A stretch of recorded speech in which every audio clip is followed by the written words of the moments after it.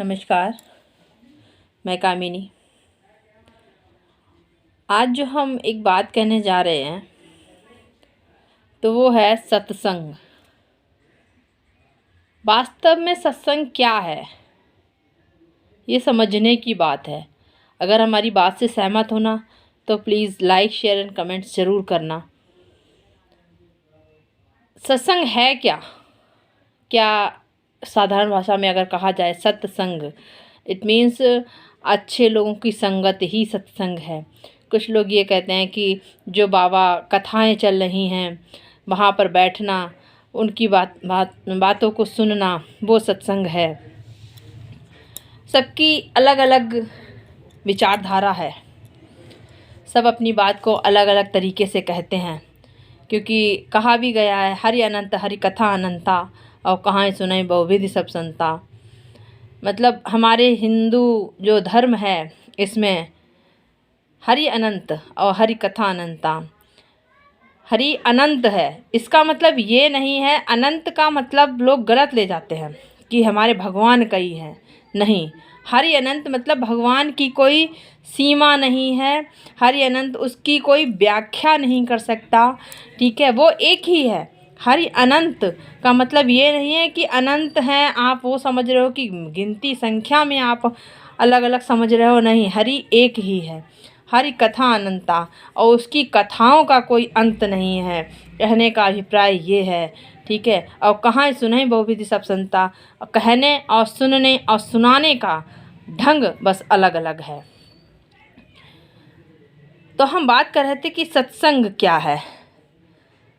हम 2 घंटे 3 घंटे अगर किसी कथा में दे रहे हैं वो सत्संग है।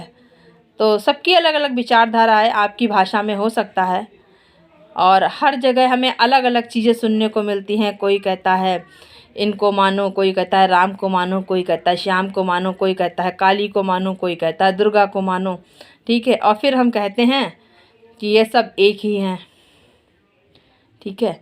तो एक बड़ा कन्फ्यूज़न क्रिएट कर देता है, समझ में नहीं आता किसको जानो।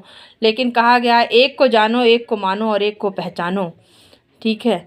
तो हमें इस पर ही विश्वास करना है, इस कन्फ्यूज़न में नहीं पड़ना है कि भगवान एक ही है, ठीक है। कहने का ये मतलब है कि सत्संग से हमारी बात जो समझ में आती है वो हमारी विचारधारा के अनुसार सिर्फ ये है कि अगर हम घर पर भी बैठे हैं, किसी सत्संग में नहीं जा रहे हैं शारीरिक रूप से, मानसिक रूप से, लेकिन अगर हम घर पर बैठकर भी या चलते फिरते कैसे भी जो हम अपने हरि को याद रख रहे हैं, असल मायने में सत्संग वही है। किसी को दिल से हम बुरा नहीं कह रहे हैं, किसी के बारे में हम बुरा सोच नहीं रहे हैं, सत्संग असल में वही है। ये ज़रूरी नहीं कि आपने एक दिन का रूटीन बना लिया है कि हमें सत्संग में जाना ही है, ये ज़रूरी नहीं है। कुछ लोग कहते हैं हम तो टाइम ही नहीं दे पाते। लाखों करोड़ों की संख्या में हम देखते हैं कि लोग सत्संग में अपना टाइम देते हैं, लाखों करोड़ों की संख्या में सत्संग में पहुंचते हैं। क्या वो लाख करोड़ सारे लोग जितनी संख्या में सत्संग में दिखती है, क्या वो वाकई में मन से उतने सच्चे हैं? क्या वाकई में उन्होंने कभी किसी का बुरा नहीं किया? आज हम जितने बाबाओं का सत्संग देख रहे हैं और जितनी संख्या वहाँ पर देख रहे हैं, अगर इतने लोग भी हमारे समाज में बिल्कुल सही रास्ते पर सही रास्ता अख्तियार कर लें और सही रास्ते पे चल रहे हों, किसी का बुरा ना सोच रहे हों, किसी को दुख नहीं दे रहे हों, तो असल मायने में सत्संग वही है। और यहीं से हमारा अगर जितनी संख्या हमारी सत्संग में दिखती है, अगर वो ही संख्या हमारी सुधर जाए तो शायद हमारे समाज का एक बहुत बड़ा हिस्सा बिल्कुल एक ऐसा लगेगा कि क्राइम रेट जो है, जो हमने क्राइम पर बात की थी, क्राइम रेट बहुत नीचे आ जाएगा। आप देखते हैं कोर्ट में कितनी कितनी फाइलें पड़ी होती हैं, वो फाइल आपको कोर्ट में नज़र नहीं आएंगी।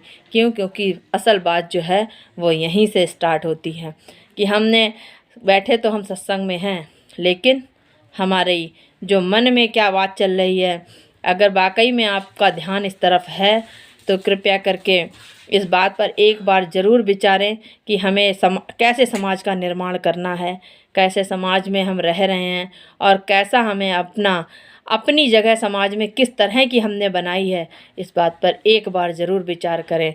और असल मायनों में, मेरे मायने में तो सत्संग यही है।